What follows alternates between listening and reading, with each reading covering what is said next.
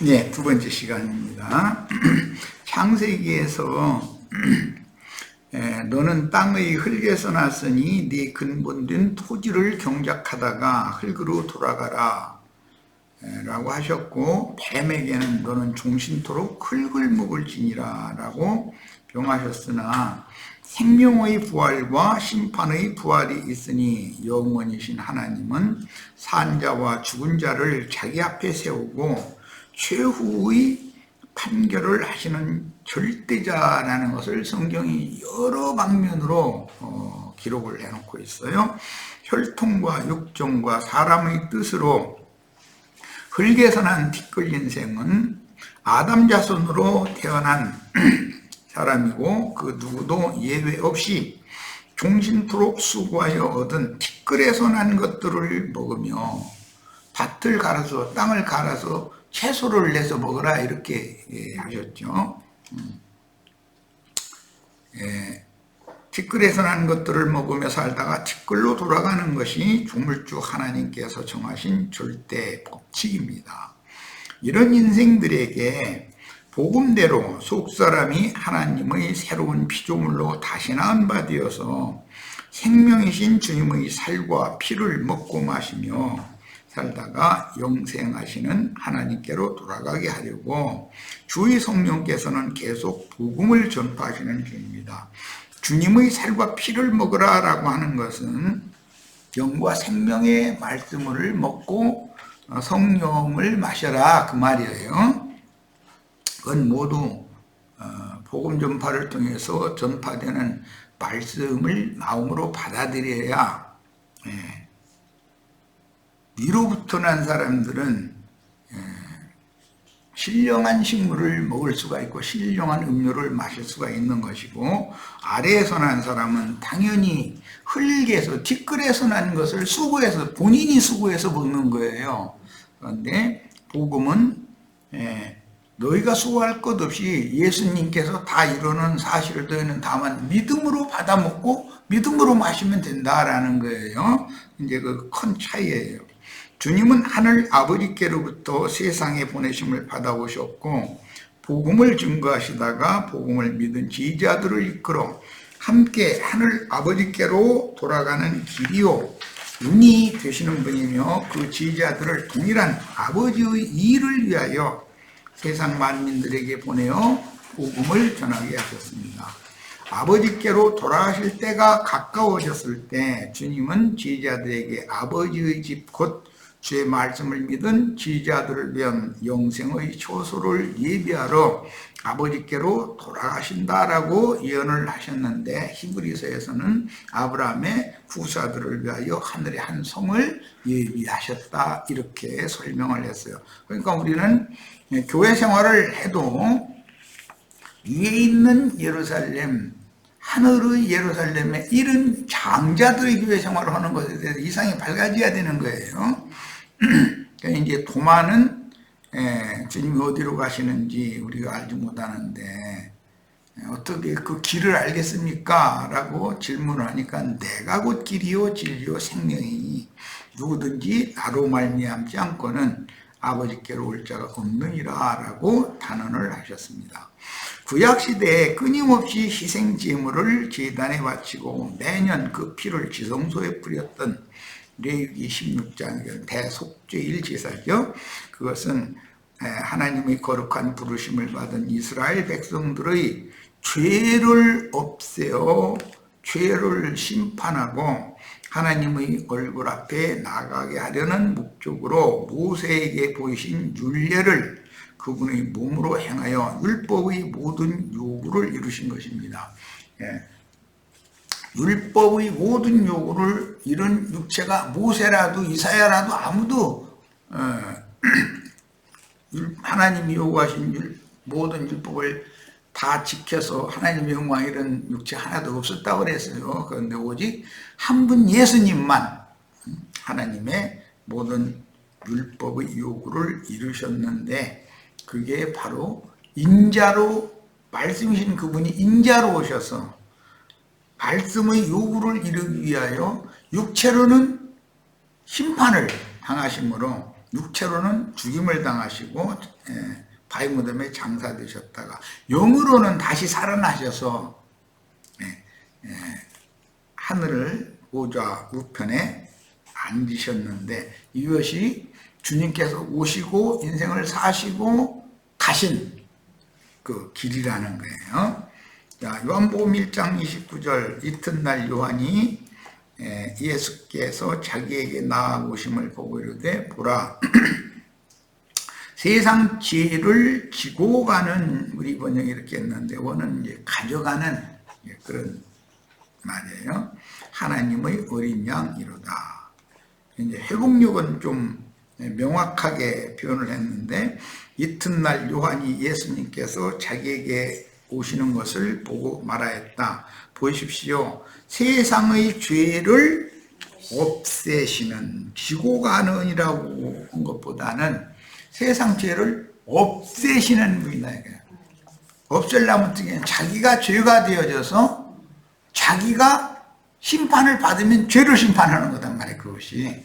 그러니까 구약의 레위기 16장에 나오는 속죄절 제사라고 하는 것은, 이것은 죄를 심판하는 제사를, 죄를 없이 하는 제사를 상징하는 것이지 용서하는 제사가 아니에요. 그거는 세상의 죄를 없애는 심판을 위한 제사를 속죄 제사라고 하며, 죄어리 생각날 때마다 범죄들을 용서받기 위해 드리는 제사를 속건 제사라고 하는데, 속죄제는 죄를 심판하기 위해 연중 단 1회 드리는 제사로서 죄를 없이 하기 위한 제사이고, 속건제는 하나님 백성들의 지난 범죄들을 사면 용서받게 하는 제사다. 그러니까 죄를 없애는 제사와 범죄들을 용서하는 제사에 대해 구분을 잘 하셔야 됩니다. 세상 교기가 이거에 대해서 너무 불명확한 거예요, 지금. 그러면 죄를 없애는 제사를 단번에 이루신 분이 예수님 한 분밖에 없죠. 예수님은 아버지의 사랑을 실천한 거예요, 이 땅에. 그런데 그게 이제 하나님의 사랑, 진리의 사랑, 성령의 사랑, 이제 이런 사랑 이야기가 나오는데, 하나님은 세상을 이처럼 사랑하셨다라는 말은 그 아들 독생자를 죄 있는 육신의 모양으로 세상에 보내어 그에게 죄를 다 뒤집어 씌워가지고 그를 죽인 거예요. 그것이 하나님의 사랑이에요. 그런데 예수님은 그 하나님의 사랑을 실현하실 수 있지만, 우리 같은 죄인은 하나님의 사랑을 할 수가 없죠. 죄인이 어떻게 죄인을 위해서 대신 죽고 형벌을 받고 그럴 수가 있어요. 그렇다고 해도 자기 죄로 자기가 죽는 거니까 뭐 나 소용없는 짓인 것이죠. 우리는 그 하나님의 사랑을 이루신 예수 그리스도의 대속 제사를 믿음으로 받아서 하나님의 사랑을 받은 사람이기 때문에, 우리만 구원을 얻는 게 아니라 다른 사람들도 하나님의 사랑의 혜택을 똑같이 받을 수 있도록 하기 위해서는 우리는 다만 전도를 할 사명을 지고 있는 거예요. 이제 복음을 맡은 자들이 되는 거예요. 하나님은 무죄자인 인자 예수를 죄가 되게 하여 그분의 거룩한 몸에 죄를 지우고, 고린도후서 5장에 보면 예수님이 죄가 돼서 죽었다 이렇게 돼 있죠. 그건 이제 모형으로 민수기에 이제 저 뒤에 나오는 말인데, 장대에 매달린 놋뱀이 되어서 죽었죠. 뱀으로 죽은 거예요, 예수님은. 심판을 받게 하심으로 예수께서 십자가형으로 심판을 받은 것은 곧 죄를 심판하는 공의로운 하나님의 세상 죄에 대한 형벌 집행이었으니, 인자 예수가 받은 형 집행은, 예수님이 죽었다는 것은 예수님이 하나님 앞에서 심판을 대신 받았다는 뜻이고, 예수가 죄가 되어 죽었기 때문에 죄가 심판을 받은 것, 실제는 예수가 형벌 받은 그 십자가 형이라고 하는 것은 죄를 심판하는 방법이다, 이런 말이에요. 자, 남편 몰래 실행을 한 경우나 아내가 남편에게 의심받는 경우에는 의심의 소재 또는 기억나게 하는 소재를 드려야 했는데, 이것은 평민들, 서민들의 식물이었다. 보릿가루. 이런 규정들은 사람으로 하여금 주님 앞에 자신이 불결한 신자가 아닌지를 생각나게 하려는 목적이다라는 뜻입니다. 만약에 문자대로 자기와 자여손 낳고 사는 아내를 남편이 의심해가지고 법정에 가자 해가지고 끌고 가서 고소하고 그러면은 못 사는 거지, 그게. 그러고 와가지고 어떻게 살아 돌아오고 말도 안 되는 거죠. 그러니까 이 인간 나라의 이런 생각, 사람의 생각으로 성경 읽으면 안 되는 거예요, 이거는 전혀. 그리고 이 말씀은 맨 마지막에는 그렇게 했을지라도 남자는 죄가 없고 여자가 죄가 있으면 형벌받아야 된다 이래서, 그러면 오늘날 만약에 우리 자매님들 그러면 에이 나 이제 오늘부터 성경 안 믿어 그럴 거 아니요. 이 성경의 의도를 잘 이해를 하셔야 됩니다. 이런 제사를 반복하는 것은 인간이 하나님 앞에서 죄인이라는 것을 생각하게 하려는 것이니, 결국은 율법의 목적은 인간의 죄성을 드러내요.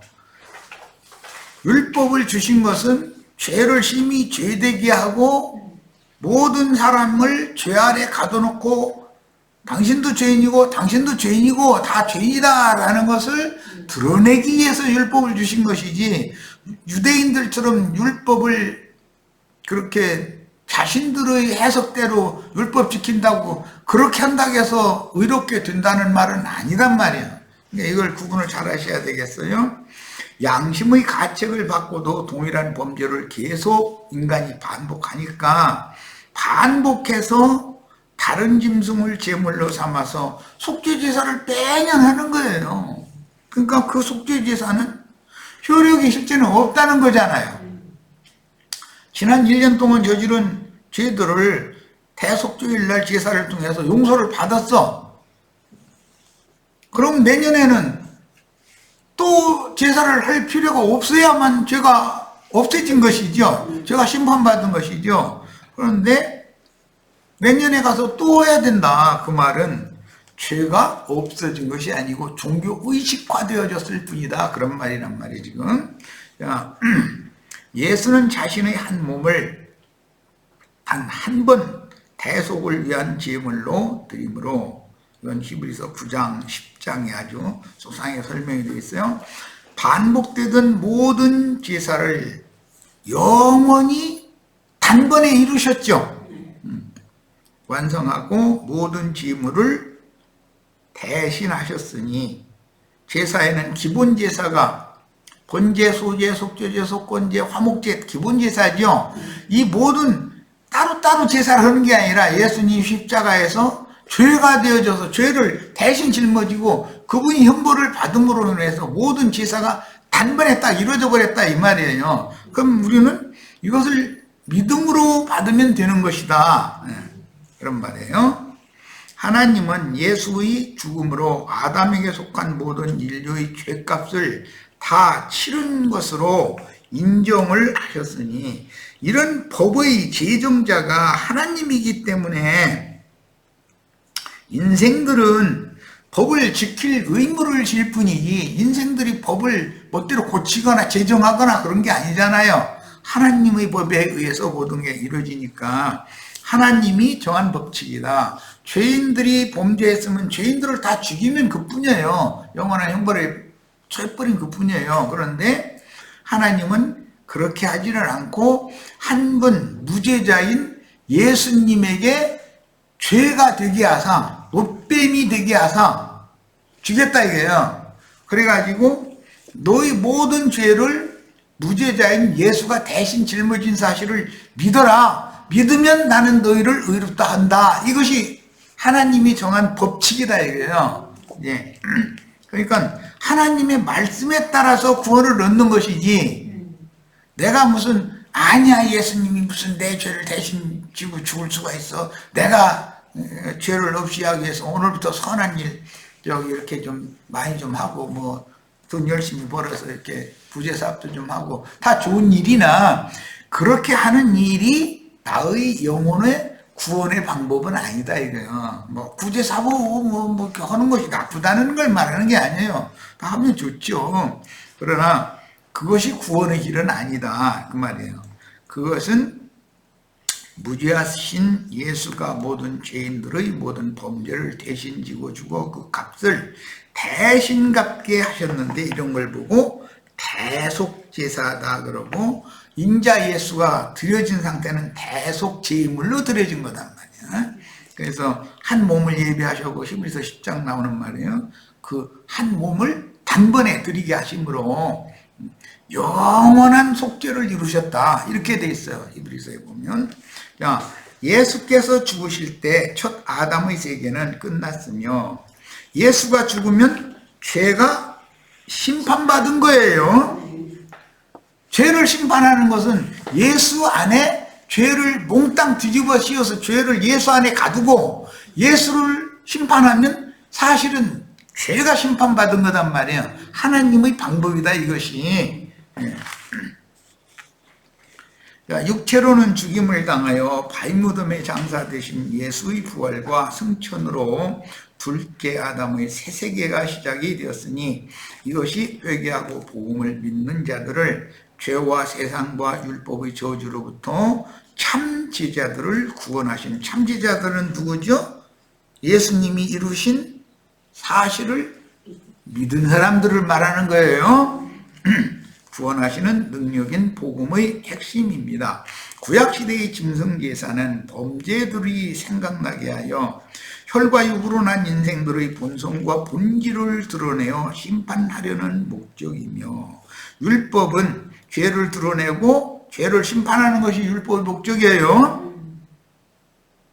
신약시대에 드리는 믿음의 제사는 복음을 믿는 자들에게 주신 그리스도 예수의 믿음의 제물과 믿음의 봉사인데 주께서 십자가에서 죽으실 때 세상의 모든 죄가 심판받은 사실에 그래서 회복력에서는 그런 개념을 가지고 세상 죄를 지고 가는이라는 개역 번역처럼 그렇게 하지 않고 없애시는 예수를 보라 이렇게 표현해. 그게 좋은 번역이다 내가 얘기를 한 거예요. 그래서 그걸 인용을 해드렸어요.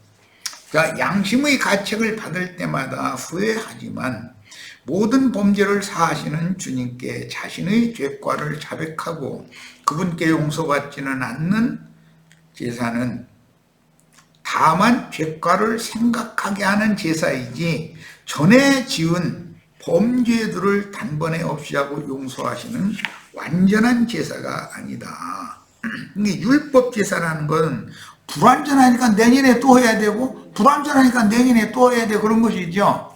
그러나 완전한 율법을 완전히 다 이루신 제사는 한 번만 딱 드리면 되는 거예요. 자, 그러니까 앞으로 재림하실 예수님은 인자 볼 필요가 있어요? 없어요?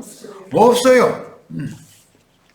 주님이 이미 영이 되어서 재림하셔서 우리 형제 자매님들을 인자들을 입고 더 크고 온전한 지금 사람이신 예수의 몸이 그리스도의 몸으로 지금 확대되어 있는 것이죠. 이게 교회에 대한 말이 이 원리를 깨달으셔야 되겠어요.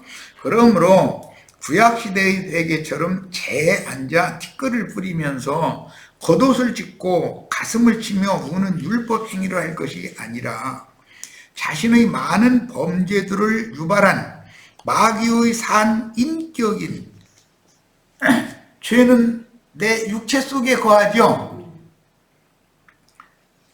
죄를 그 한 몸으로 없이 하고 심판하신 주님께 나아가 속죄하고 사하심을 받아야만 자백과 배상 율법이 믿는 이들에게 실현이 되는 것입니다.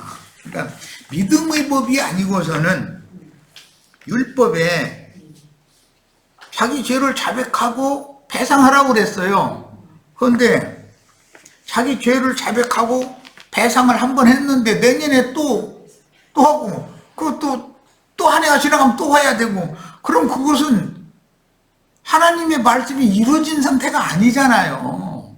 그럼 뭘로나 이룬다? 예수님이 오셔서 다 이루신 것을 십자가에서 내가 다 이뤘다 하셨죠. 다 이루신 사실을 내가 마음으로 믿을 때 나는 율법이 말씀하시는 죄를 자백한다는 건 나는 이런 죄인이었습니다. 이제 회개하고 자백하는 거죠. 회개하고 복음을 믿으면 그것이 배상하는 것이다 이거예요. 죄값을 사실은 예수님이 다 배상해놨는데 나는 믿음으로 받아서 취하는 것뿐이지 실제로는. 예. 자, 그래서 진정한 속죄는 낮아진 심령으로 마음가죽을 찢으며 자신의 지난 범죄들에 대하여 애통하며 믿음으로 주님께 나아가 자신의 지난 죄과들을 진솔하게 고백하고 이게 회개한다는 것이죠. 이제 구약 성경은 자백해라 그랬어요. 지난번에 우리 그 말씀 나눴죠.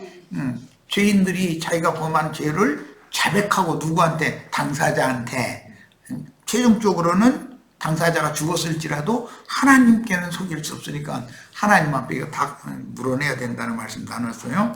자, 죄과들을 진솔하게 고백하고 형틀에서 쏟은 주님의 피를 힘입고 자기 죄과들을 진솔하게 고백하는 것까지는 세례 요한의 침례를 받아야 되는 것이죠.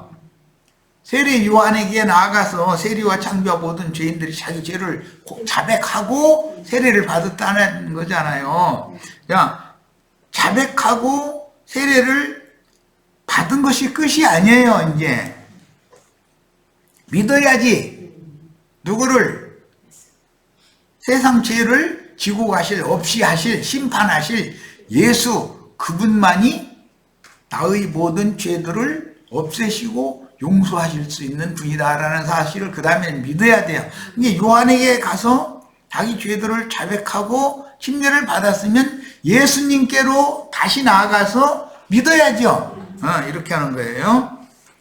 자, 그래서 주님이 형틀에서 쏟은 피를 힘입고 전에 지은 모든 죄들을 단번에 용서받는 믿음의 제사를 하는 신령한 제사장들이 되어 자백과 배상율법을 자신에게 적용을 받아야 된다. 예수님이 이걸 다 이뤄놨는데 나는 믿음으로 나의 것이 되게 해야 된다 이 말이에요.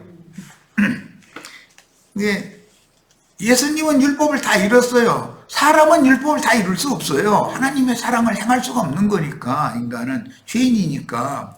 그러나 주님께서 다 이루신 사실을 내가 마음에 믿으면 자백하고 배상하라는 율법이 이루어지는 거단 말이야. 그런 방법으로나 우리가 깨끗함을 받을 수 있다라는 기본 진리를 아셔야 되겠어요. 믿음의 제사는 믿는 이들 각자가 지난날 저지른 여러 형태의 범죄와 모든 허물들을 이미 없이 하신 즉 심판하신 사실에 근거를 두는 제사이기 때문에 영원히 온전케 하신 제사요 완전한 제사이니 우리는 믿음의 제사로 율법의 모든 요구를 이루어야 합니다. 율법에 자기 죄를 자백하고 배상을 해야 된다 그랬죠? 그런데 그러려면 어떻게 해야 된다고요? 회개하고 복음을 믿으라 그 말이란 말이에요. 실제로는.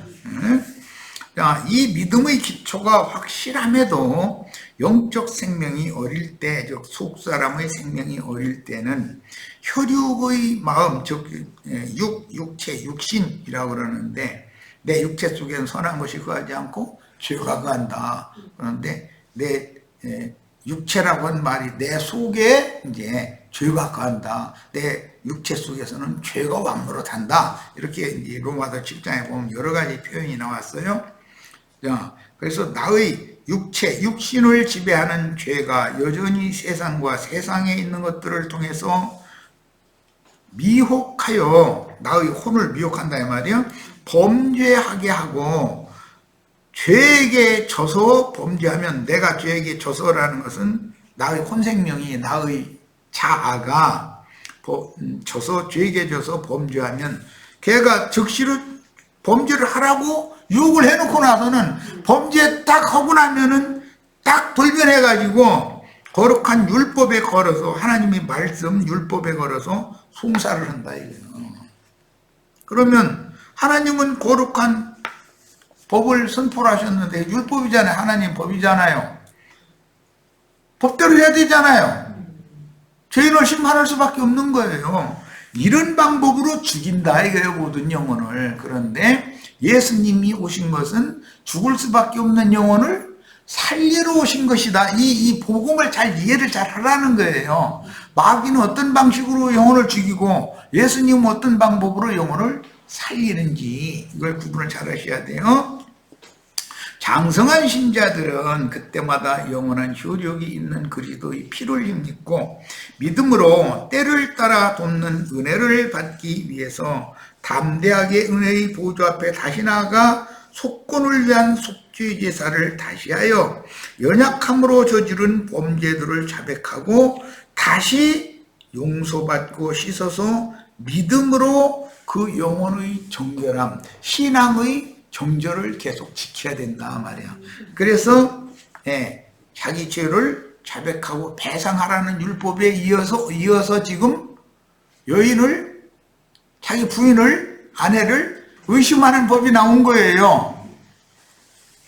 자, 구약 성경에 보면 하나님의 의인은 7번을 넘어질지라도 다시 일으키신다 이렇게 돼 있죠. 그러니까 구원파 같은 경우는 한 번 구원받으면 영원한 구원 받았는데 넘어지면 안 되는 거죠. 넘어지면 그 구원이 없어져 버릴 거 아니에요, 이제. 그러니까 이제 그러다 보니까 영지주의자들은 일단 구원받은 사람은 육신과는 상관이 없으니까, 영원히 구원받은 것이니까 그 육신의 일 가지고는 따지지도 말고 자기의 상태를 볼 필요도 없고 그냥 오직 믿기만 하면 구원받는다, 이 말씀 하나만 믿어라, 이제 이렇게 하는데, 그것이 오류가 그런 방식으로 뱀이 미혹한다 이거예요.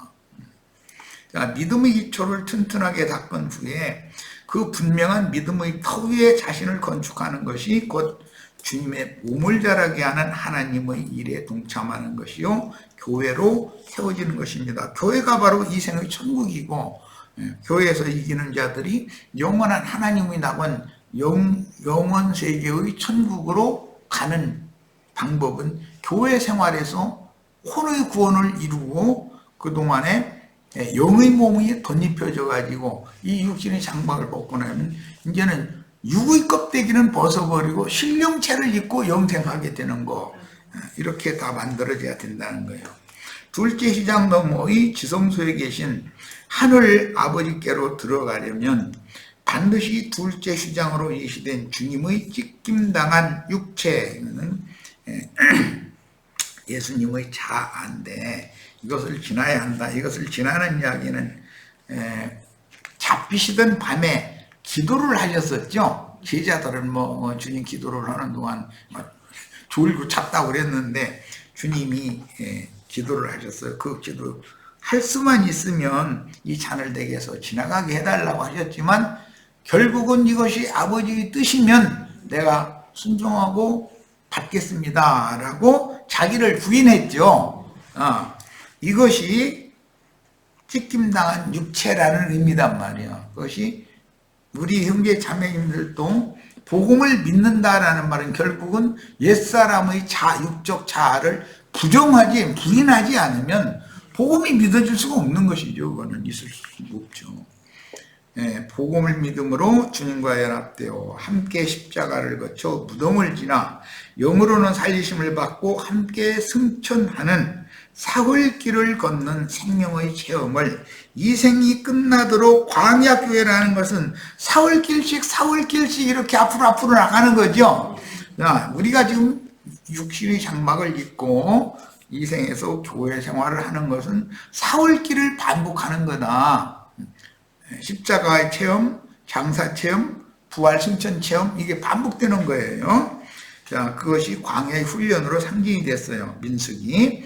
그 길이 곧 주님께서 사람으로 세상에 오셔서 고통스러운 인생을 살다가 저주의 육체, 사람의 자아를 끝내고 가위무덤에 장사된 후에 무궁한 생명의 능력으로 영으로는 살리심을 받아 아버지께로 가신 사울길인데 새롭고 산 길을 열었다, 뭐 생명길이다 이런 말이 나오면 사실은 사울길인 거예요. 아까 그래서 시작부터 하늘 아버지께로부터 세상에 오실 때도 그 길이 있었잖아요. 동정처녀 마리아라는 여자의 태를 통해서 아기 예수로 태어나서 자라는 과정, 이런 모든 게 그게 길이잖아요. 길. 모든 인생들을 대표해서 구원의 길을 제시하느라고 그렇게 한 거단 말이야. 위로부터 와서 세상 죄를 짊어지고 그다음에 십자가에서 죽고 장사되었다가 부활해서 다시 승천해서 아버지 영광으로 다시 돌아가는, 이것이 우리 인생들에게 그대로 믿음으로 적용이 되는 것이 구원이단 말이야. 자,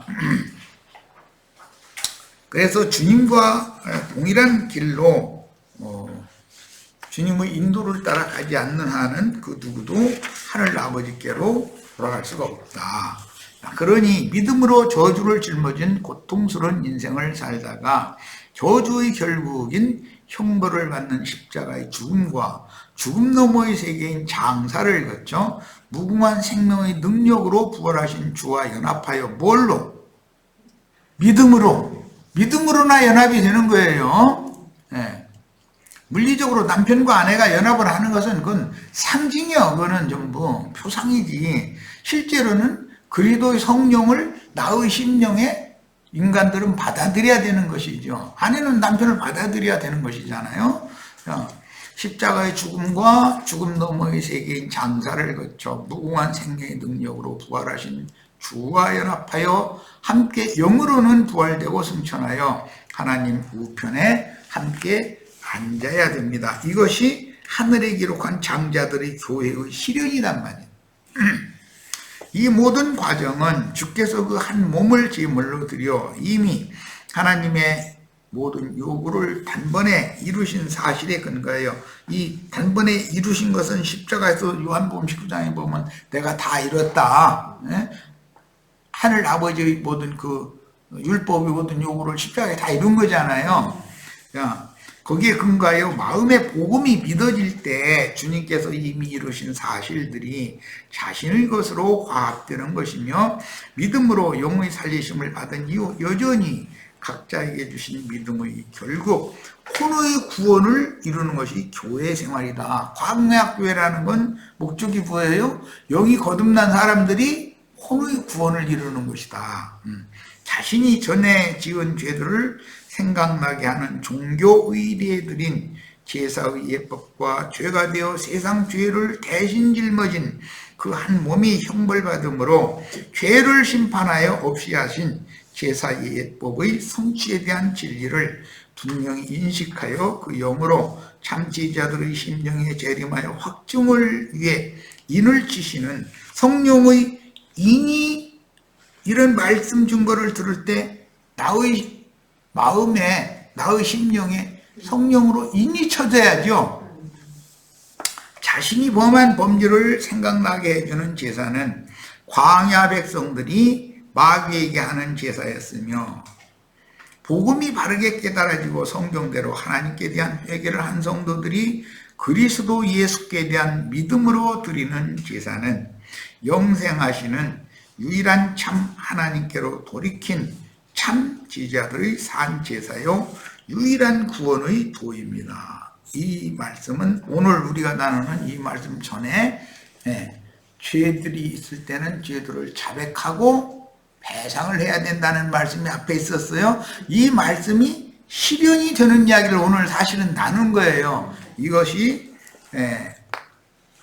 의심의 법, 죄를 생각나게 하는 법, 그 소재, 이것을 여자가 마시게 하는 거예요. 그건 이제 오늘 집회는 여기서 마치고 다음 시간에는 그 6페이지 그 이제 적용에 관한 말씀, 누가복음 15장 잃었다 되찾은 자들의 되찾은 자들과 주님의 집 거반 죽게 된 자들을 자기 짐승에 태우다가 주막집 주인에게 맡기고 부비를 주어가면서 내가 다시 돌아올 때까지 이를 잘 치료도 해주고 보호해 주라고 부탁한 말씀이 이제 신약에 나와요. 이것이 교회 생활이다 이거예요. 오늘 집회는 여기까지 해서 마치도록 하겠습니다. 내일 모레 토요일 날 이 남은 자료를 가지고 이제 말씀을 또 이어가야 되니까 이 자료 가지고 오시기 바랍니다. 자, 마칩니다.